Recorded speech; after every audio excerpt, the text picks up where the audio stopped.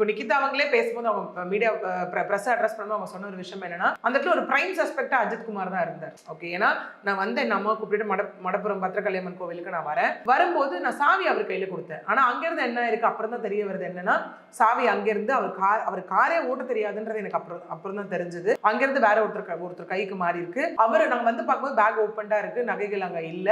அதுக்கப்புறம் அவரு கேட்கும் போது இல்ல எனக்கு கார் ஓட்ட தெரியாது, நான் இன்னொருத்தர் கிட்ட சாவி கொடுத்தேன் அப்படின்னும், சாவியை வந்து கொடுத்தவருக்கு நீ கால் பண்ண மேடம் பாருங்க நான் கால்லாம் பண்ணிட்டேன், நீங்க வந்து HRNC கிட்ட போயிட்டு எனக்கு ரிப்போர்ட் பண்ணிடாதீங்க, என் வேலையே போயிடும் அந்த இடத்துல அப்படிங்கிற மாதிரி எல்லாம் அவர் சொன்னாருன்னும் போது இப்போ பிரைம் சஸ்பெக்ட் அங்க அஜித்குமார் அப்படிங்கிற ஒரு விஷயம், விச் மீன்ஸ் இந்த சம்பவம் நடந்திருக்கு. நிகிதா அவர்களுடைய 8.9 பவுன் நகை காணா போயிருக்கு. அவங்க போலீஸ் ஸ்டேஷன்ல போய் ஒரு கம்ப்ளைண்ட் கொடுக்குறாங்க. அந்த கம்ப்ளைண்ட் மீது FIR ரெஜிஸ்டர் பண்ணப்படுது. இது நிகிதாவோட வேலை. இதனை தாண்டி பார்த்தோம் அப்படின்னா அந்த என்கொயரி ப்ராசஸ்ல போலீஸோட வேலை உள்ள வந்து இப்போ காவல்துறையினர் என்ன பண்ணிருக்கணும், உங்க மேல இந்த மாதிரி ஒரு கம்ப்ளைண்ட் வந்திருக்குப்பான்னு கூப்பிட்டு விசாரணை அப்படிங்கிறது வாய் வார்த்தையாக மட்டுமே அங்க இருந்திருக்கணுமே தவிர அடி உதை அங்க போயிருக்கு. சோ இங்க நேரா போயிட்டு கம்ப்ளைண்ட் கொடுத்துட்டு நிகிதாவோட வேலை முடிஞ்சு. அங்க நிகிதா போயிட்டு நான் கம்ப்ளைண்ட் கொடுத்துட்டு அவனை அடிச்சு விசாரிங்க அப்படின்னு நிகிதா சொல்லியிருந்தாங்கன்னா அடுத்து ஓகே. சோ அப்படிதான் அவங்க டைரக்ட் கனெக்டடா அந்த இடத்துல வருவாங்க. ஏன்னா இந்த வழக்கு இப்போ அஜித்குமார் தரப்புல இருக்கிறவங்க சொன்ன ஒரு விஷயம், உன்னை என்ன பண்றேன் பாரு அப்படின்னு சொல்லிட்டு போனாங்க அப்படிங்கிற ஒரு விஷயமும் அவங்க சொல்றாங்க.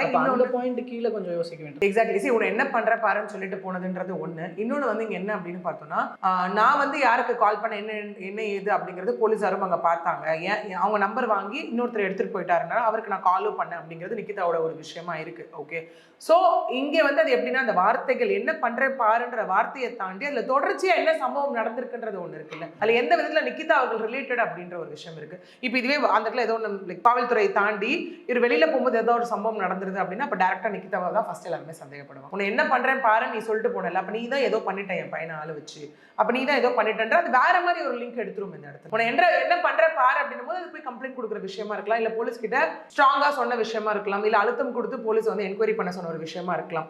அந்த என்கொயரி அப்படிங்கிறது என்ன ஃபார்மேட்ல பண்ணாங்க காவல்துறையினர் அப்படிங்கிறது தானே எங்க விஷயம். இதே எங்க அஜித்குமார் உயிரோட இருந்திருந்தா இன்னைக்கு இதே CBI வந்து இதே போலீஸ் அரெஸ்ட் பண்றாங்க, இதே கான்செப்டே நம்ம வச்சுப்போம். அஜித்குமார் சாகல, அங்க வந்து ஒரு லாக்அப் டெத் அங்க நடக்கல அப்படின்னா இது கேஸாக போயிருக்கும்.